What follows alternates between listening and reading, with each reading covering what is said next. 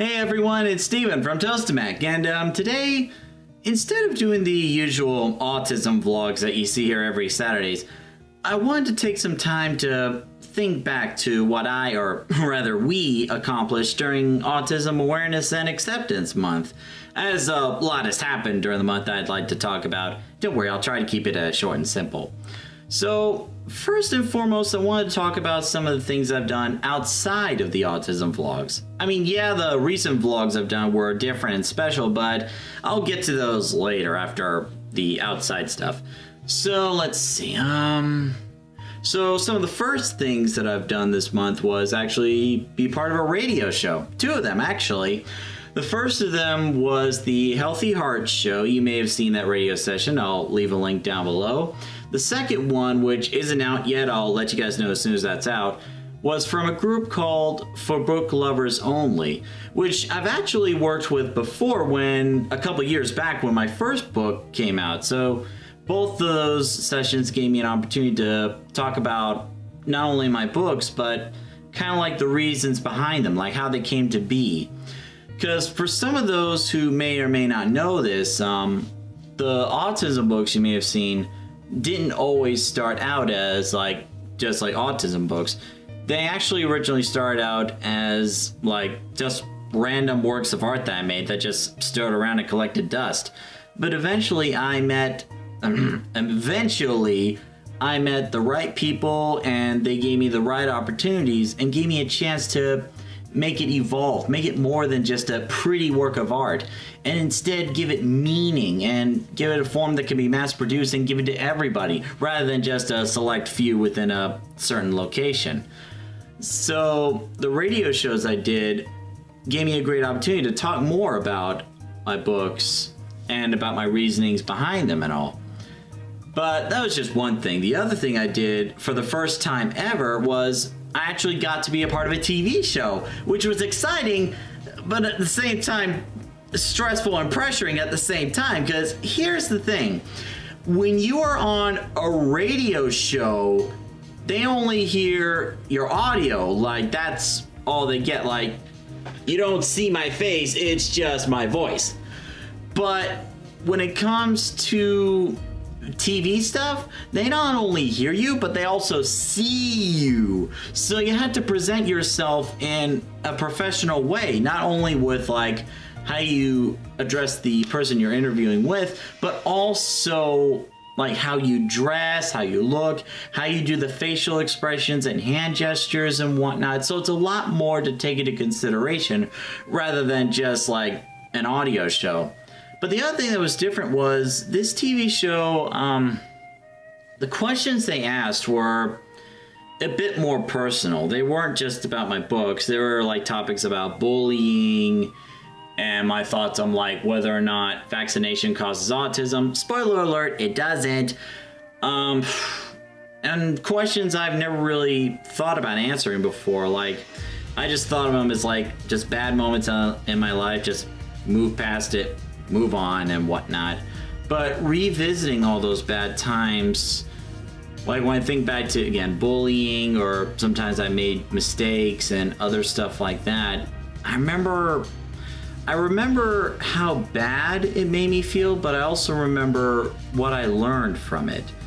And that's why I try my best to use personal experience with some of the stuff I've done, like the autism vlogs, because I feel experiencing something, or when you experience something, that knowledge is a lot more valuable rather than just reading something off a web page or a textbook. And in my mind, the more valuable something is to you, the more likely that you'll want to protect that and remember those memories rather than just something you learned from maybe a classroom or a test. Or at least that's how it is in my opinion. So that TV show thing was rather interesting. Again, I'll leave a link to that down below along with all the other stuff I'm talking about. And lastly, of course, I also hosted my own art show for the first time. Which again, it was kind of a big change for me because usually I'm the one going to events and photographing and posting on Facebook and whatnot. But this was the first time I was actually organizing something myself, like a fundraising event for our Pathfinders for Autism. By the way, they're awesome. Really want to do more stuff with them in the future. So yeah, the difficult part for making those kind of events for me was, like, finding a venue was actually pretty easy, but the difficult part was getting people to come. Like, I could just blast on Facebook out all I want, whatnot, and could have had nobody come, but to my surprise, people did come. They enjoyed themselves, they interacted with each other, got to know more about themselves, each other, and how they thought about autism, and of course, we did raise some money for it. If I remember correctly, it was actually a little over $100, which may not sound like much in terms of a fundraiser, but this is my first one. Don't pressure me. In my opinion, that was actually a pretty good job considering it's the first time that I actually did a fundraiser like this. So yeah, that was pretty cool. So now that I told you guys about all the events that I've done this month, let's take a step back and look at the autism vlogs themselves. As you may have noticed, they were much different than the vlogs I've usually done in more ways than one. First and foremost was, two of them were collaboration videos, like the Symmetra Has Autism video with Quick Hacker and the one with Hatman Paul Varsant with the idea of single parents raising autistic kids. And these were actually a lot of fun, not just because they were collaboration videos talking with other fellow YouTubers, but it gave me a bit of insight to certain areas and topics that I either had no knowledge of, like I'm not a parent, but also like share other opinions, like Symmetra, the video game character, having autism and the meaning behind it. So it's really nice to collaborate with other people and get their insights on it rather than just me giving a straightforward opinion and no one else's perspective. So that was pretty cool. But another thing I've noticed was that I started venturing into areas that I haven't really, for lack of a better phrase, had the confidence to go into. Like the Q&A videos, like anyone could post any question, and I have to figure out the best way to answer it. But also with the news article one that I've done, the one about the mother worried about their kid starving because of like Tesco discontinuing a certain brand or product or whatnot.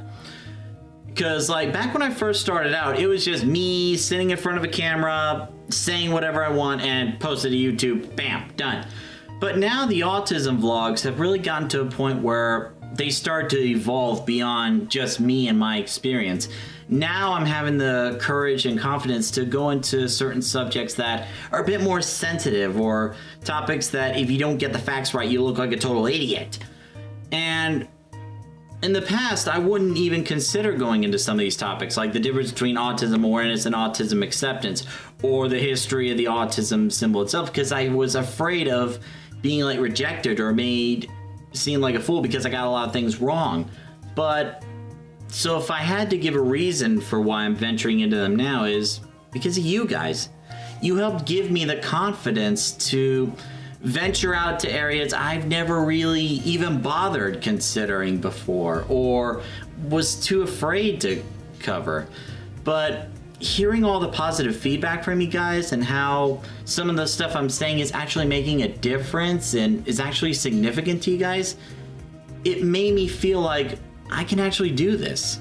Like I can actually make something worthwhile that someone will actually value and maybe take it to their own practice and whatnot.